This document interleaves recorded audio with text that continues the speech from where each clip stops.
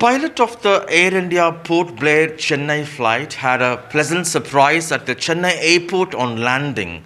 The flight was stopped for what many call as the water cannon salute. That's because the pilot completes 33 years of flying with Air India and he retires. And joining me now, Captain Sebastian Joseph. Congratulations on your 33-year long flying with Air India. Thank you. This must have been an emotional moment. Yeah, very emotional moment because didn't expect such a big surprise that people who worked with me and my students put together a fabulous show to give me a good send-off. Captain, tell me about the joy of flying and what initially attracted you towards flying during your college days. During my college days, I used to see some of my seniors who were in the flying club. They used to be talking about flying and they wore NCC uniforms with a wing, and so I got very attracted to the wing, which they're wearing on the shoulder. So then I found out how did they get that wing. They said, okay, through NCC, and this is how we got into flying. So I worked my way there and started my flying there. And share with us the flights you grew up with over these years. What did you begin with? And we started in Air India, in Indian Airlines earlier, on the 737-200. It was a basic aircraft. Then we went to the 320s, which is much higher technically wise. Then, of course, we have flown the 330s, and I did a little training on the 787, and now I'm on the 320s. So, which would be your memorable flight all these years? Had a few, but once when he flew the President of Canada, we did a VVIP flight, and some of the VVIP flights were done. It was quite nice. I mean, it was things we could remember, the Singapore President, the President of Canada, and things like that. And of course, we used to do a lot of challenging flights into Srinagar, into Port Blair, and places like that. It used to give us a real thrill because all those places are challenging airfields. Is it because what many call as tabletop airports? Tabletop, hilly terrain, and weather conditions not always good for you there. So that. Right. And your toughest challenge ever? Can't remember one particular thing, but it's been flying is always a challenge. Every day it's a new challenge. So it's not the same every day. So every day you experience something new. It's that. We did have a few incidents, a windshield crack, hydraulic failures. So all things that happen.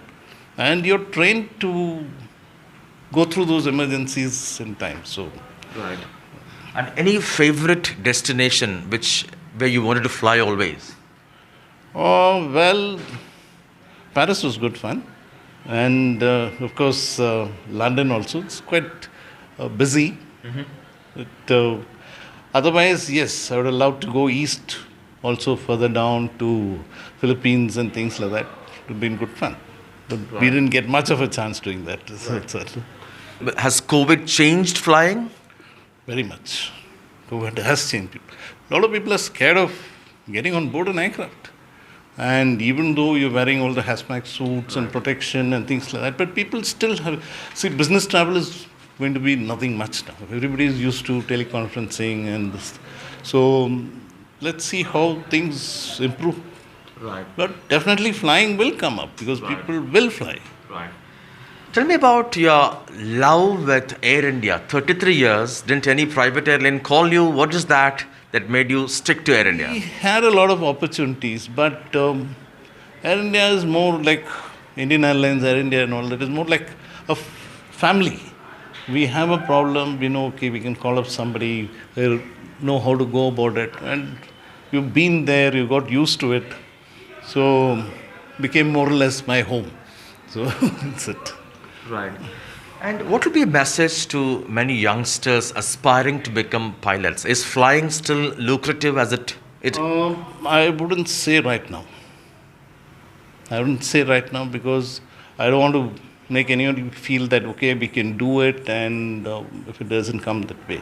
Yes, flying will come back, but it may not be as good an option. Your message? Keep your fingers crossed. Let's hope things will look up. That's it. And what plans for you next? I'm going to relax. Let's see how the situation works out. Yes, I do. I want to fly, but let me see what opportunities are there. Because the opportunities have gone down, so I can't really. Right. On a lighter note, do pilots sleep while flying? No. No. They do. On long haul, we have a bunker.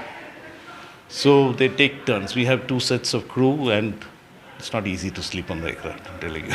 It's not that you can put it on auto mode and sleep. No, no. Only when you have this long haul, when you have two sets of crew, one set can go take the rest period in the bunker and come back later, do the flight. And yours appears to be a pilot family. Your son is also a pilot now. Yeah. Yes. Luckily, he got in a few years ago when things look good. So let's hope it remains a little positive. So, all right. Thank you so much, Captain, for your time and wish you all the best. Thank you very much, son.